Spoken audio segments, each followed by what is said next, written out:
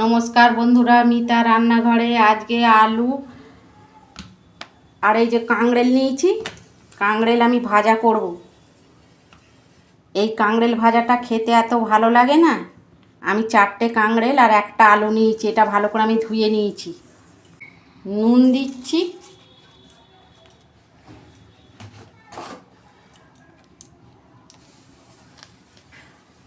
হলুদ, ঝাল লঙ্কার গুঁড়ো, ধনে। ভালো করে আমি মেখে নেব। এই যে আমি মশলাটা ভালো করে আলু আর কাঁকরেলের গায়ে লাগিয়ে নিয়েছি।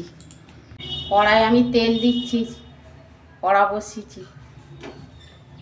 তেল গরম হয়ে গেছে, আমি এগুলো ভেজে নিচ্ছি।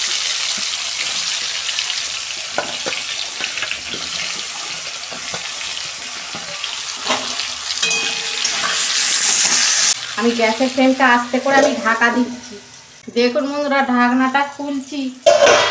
আমি আগে একবার নেড়ে দিয়েছিলাম।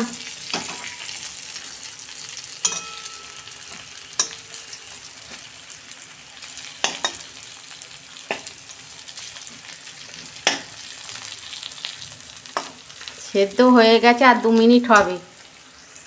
এই যে বন্ধুরা, আমি কারি পাতা দিচ্ছি। এই কারি পাতাটা দিলে না ভাজাটা খেতে এত ভালো লাগে না।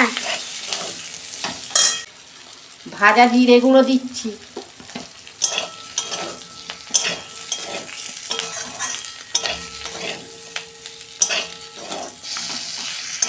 দেখুন বন্ধুরা, আমার ভাজা হয়ে গেছে। কাঁকরেল আর আলু আমি ঢেলে ফেলছি। দেখুন বন্ধুরা, এই ভাজাটা কত সুন্দর হয়েছে। দেখুন, এটা ডাল ভাতের সঙ্গে এই ভাজাটা হলে আর কিছু লাগবে না। খেতে এত ভালো লাগে না এই মশলা দিয়ে আর কারি পাতা দিয়ে। আপনারা এইরকম ভাজা করবেন, খেতে এত ভালো লাগবে। ছোট থেকে বড় সবাই খাবে। আর আমার রান্নাটা যদি ভালো লাগে আমার পাশে থাকবেন, লাইক কমেন্ট সাবস্ক্রাইব করবেন, আর প্রচুর প্রচুর শেয়ার করে দেবেন। এর আমি নিত্য নতুন রান্না আপনাদের পাশে তুলে ধরবো। সবাই ভালো থাকবেন, সুস্থ থাকবেন। দেখা হচ্ছে পরের ভিডিওয়। ধন্যবাদ।